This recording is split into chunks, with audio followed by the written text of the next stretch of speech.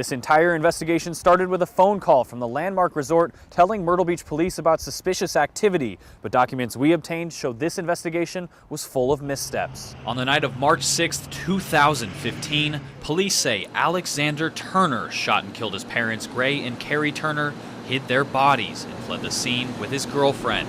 Turner tried to extend the stay for his parents' room twice, but employees wouldn't let him because his name was not on the room.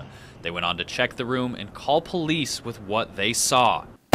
Disciplinary documents from Myrtle Beach Police show department leaders were not happy with how things played out during the murder investigation, especially with 3 officers involved. In fact, going through department reports, we found officers didn't know they had a double murder on their hands until hours after they got to the Landmark Resort.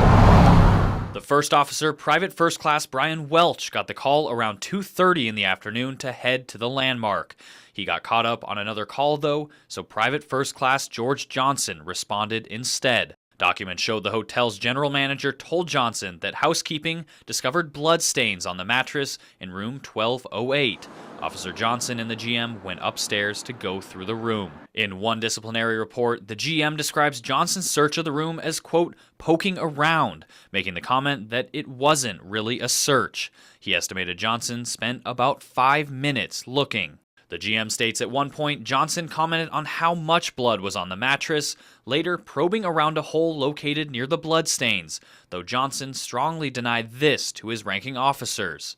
The reports state Johnson believed there could be another explanation for the bloodstains, maybe something medical because of items he saw on the counter, or even red wine as suggested in a later phone call with his supervisor. The GM says Johnson told him to call police if the guests staying in that room showed up, and then he left the room. At this point, officers have found no victims. This is not yet a murder investigation. Next, Johnson meets the officer first dispatched to the scene, Brian Welch, and tells him about the bloodstains. At that point, Welch contacted his supervisor, Sergeant Leonard Sloan, at the station. A March 13th recommendation for disciplinary action gives us a better idea of what happened next. That report says in a phone call, Welch told Sergeant Sloan all the information. Sloan later admitted that he never asked any follow-up questions and that he told Welch to complete a report and just follow up with the hotel later. Sloan told ranking officers Welch, quote, did not seem concerned with the bloodstains. Sloan later found out Welch had never actually been in the hotel room. He went on to send Welch back for another search, but there was an issue with that search too. In one report, Welch's superior says he, quote, conducted a search of the room without a search warrant, something against department protocol. Reports show it wasn't until even later that another officer actually found the bodies of Carrie and Gray Turner underneath the bed frame. Department records show that too was done without a search warrant, something leaders pointed out is, quote, surely to be questioned at trial.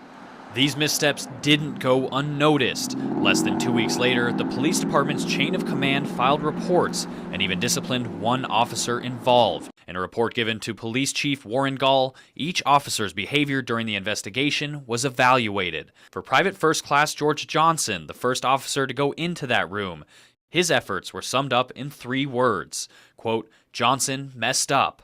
His supervisor recommended a written reprimand and a conversation about how he failed to do the job. The report next addresses Private First Class Brian Welch, saying he also failed to do his job.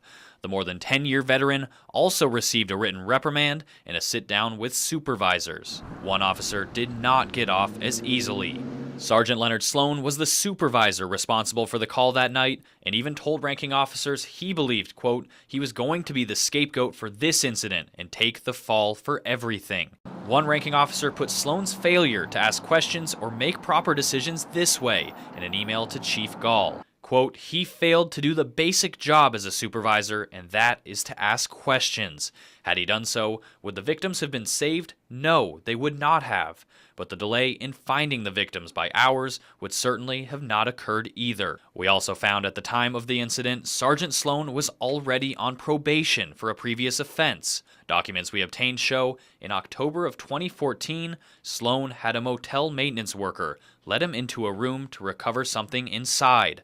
Again, something against protocol.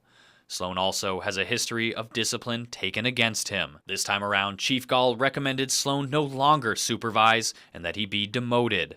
The more than 20-year vet now works at a lower rank and salary.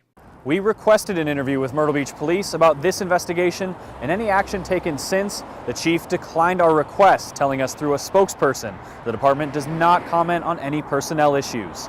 In Myrtle Beach, Connor McHugh, WMBF News.